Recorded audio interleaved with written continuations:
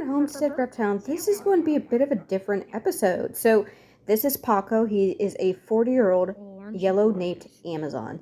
Now, he's in the category of birds of intermediate advanced. Would I ever tell a new parrot owner to own this variety of parrot? No. Would I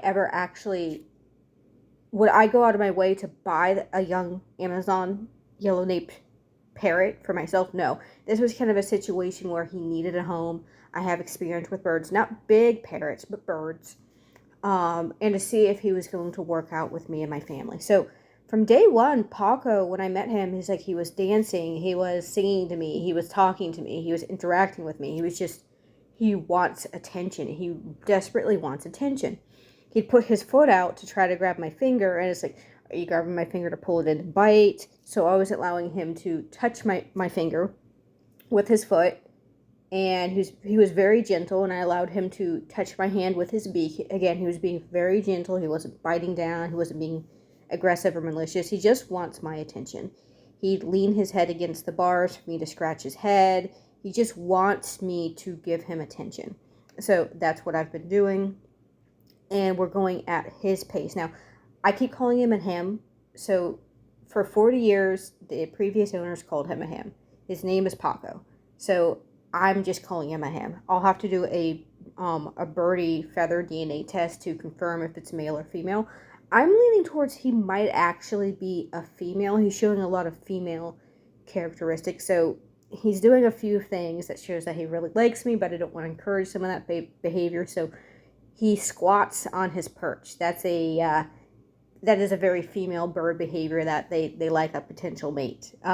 So a little bit more female bird behaviors and not male bird behaviors. But I don't know what to do the feather DNA test to tell, and I'm going to be waiting to do that because I have to pluck feathers kind of close to the belly, and I just don't want this is a new relationship. I'm building trust. Going and plucking a couple of feathers from his butt would not make him happy. It wouldn't make me happy, so I'm just going to wait. It's more of a curiosity thing, less of a need. So he came with all of his supplies. I need to get more supplies. So he came with one perch and a handful of toys, his food and water dish, and the food that he's eating. It was like a 10-pound bag of food, where slowly it is going to be a very slow transition. We're going to transition him away from that more seedy diet to a healthier pelleted diet with seeds as treats. Seeds aren't necessarily bad for them. It's just they can't eat seeds all the time. It's like we shouldn't be eating sugar all the time. We shouldn't be eating a lot of junk food all the time.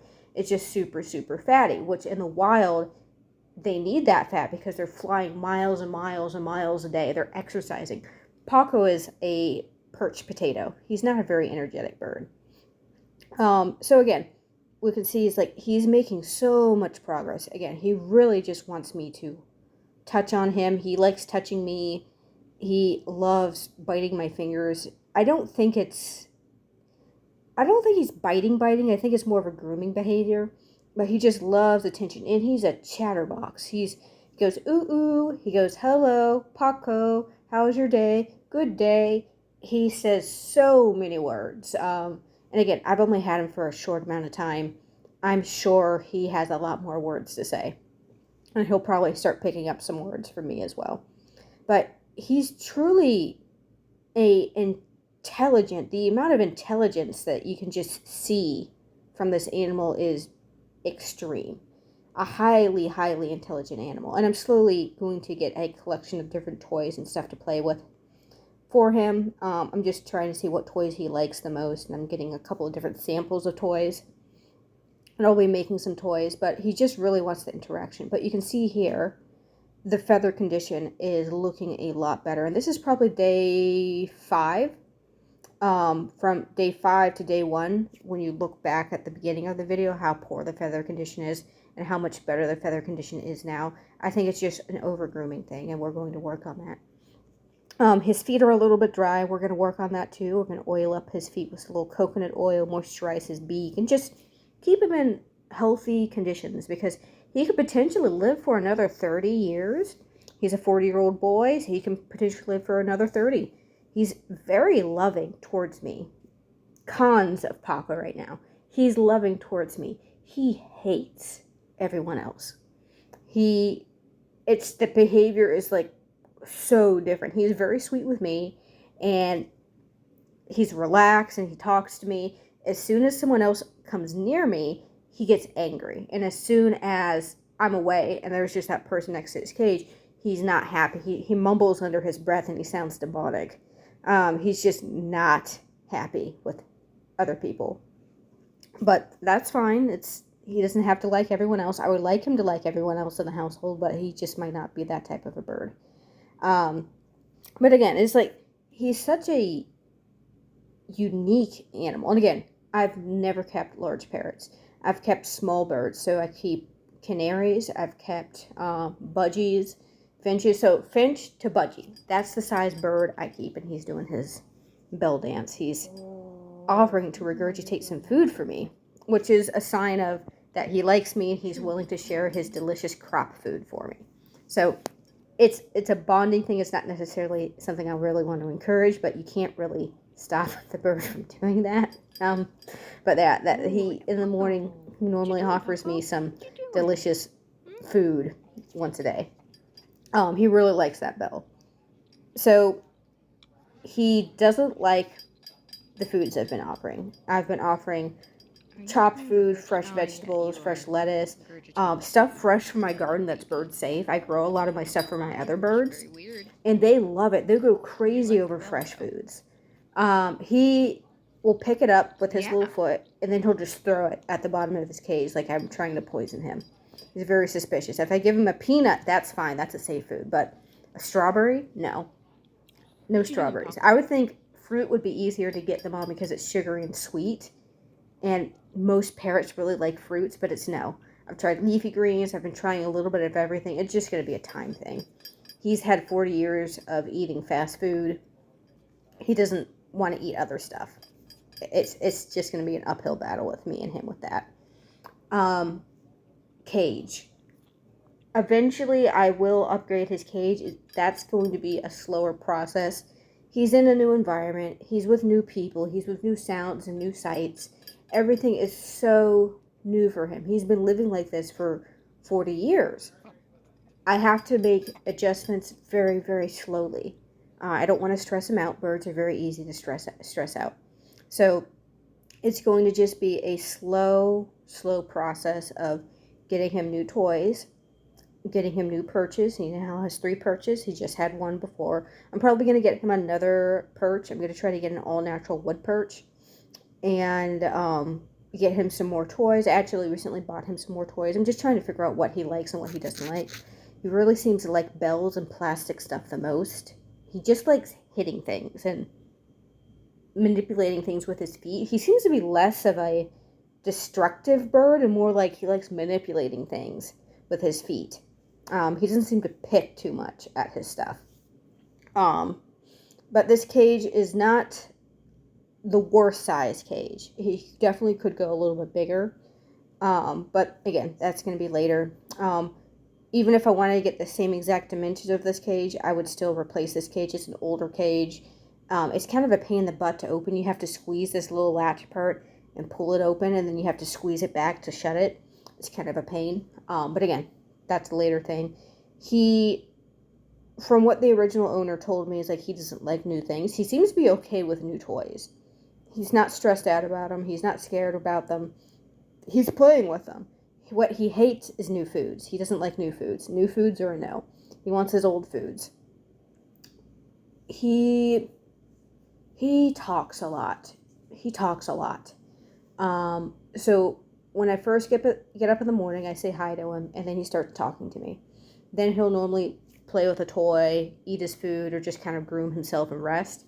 Then towards the evening, that's when he really starts talking. And then I sit down with him for like an hour, and I talk back with him, I play with him, and I just do the rest of my rounds.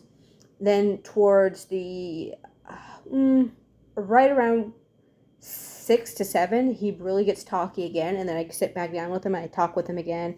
I try to get him out of his cage. That's a work in progress. He's been coming out on my arm, but he doesn't want to actually fully get off the cage. He wants to have contact with the cage. But I think that's progress. So his wings have been clipped for 40-ish years. I can tell the wings are growing back, the wing feathers, the flight feathers, but I don't think he knows how to fly.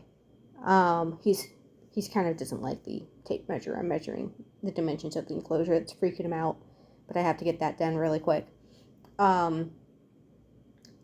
He,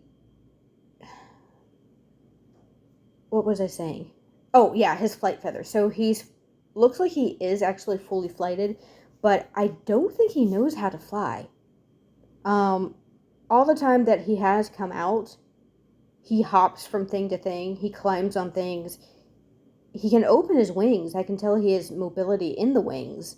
He just doesn't fly. I'm just not used to birds not flying. It's like my budgies, my canaries or finches is like, they love to fly. They're just zooming around the room.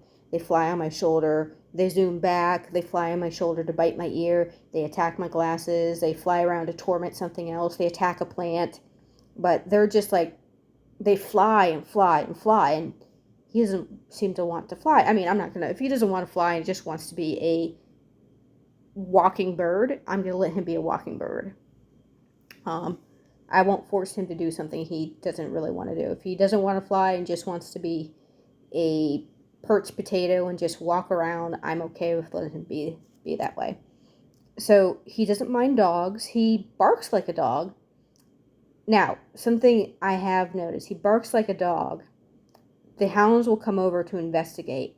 He'll crawl off his perch, go to the corner, and try to bite their noses as they sniff his cage. So I have to keep an eye on that. The hounds are a little too curious. And he's a little bit too devious. I think he wants to bite their noses. But I think the first bite, the hounds will probably leave him alone after that and not be fooled by his barking and trying to go over there to bite him. So he's just a unique little fellow. I'm going to try my best with him. That's all I can do. I hope he has a long and happy life and I can give him all the care he needs.